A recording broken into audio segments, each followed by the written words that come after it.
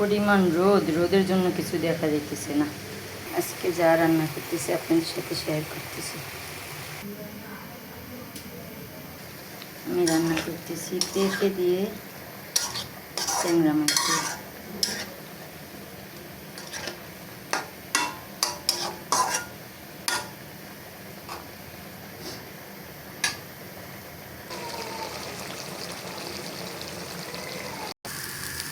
যা তাড়াহুড়ো করে রান্না করতেছি, অনেক লেট হয়ে গেছে আজকে রান্না।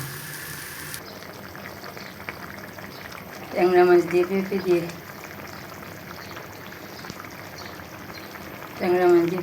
কখনো রান্না করিনি, আজকে করলাম।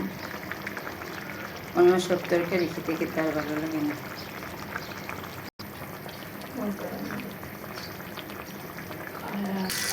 এখানে রান্না করবো কবুতরের মাংস।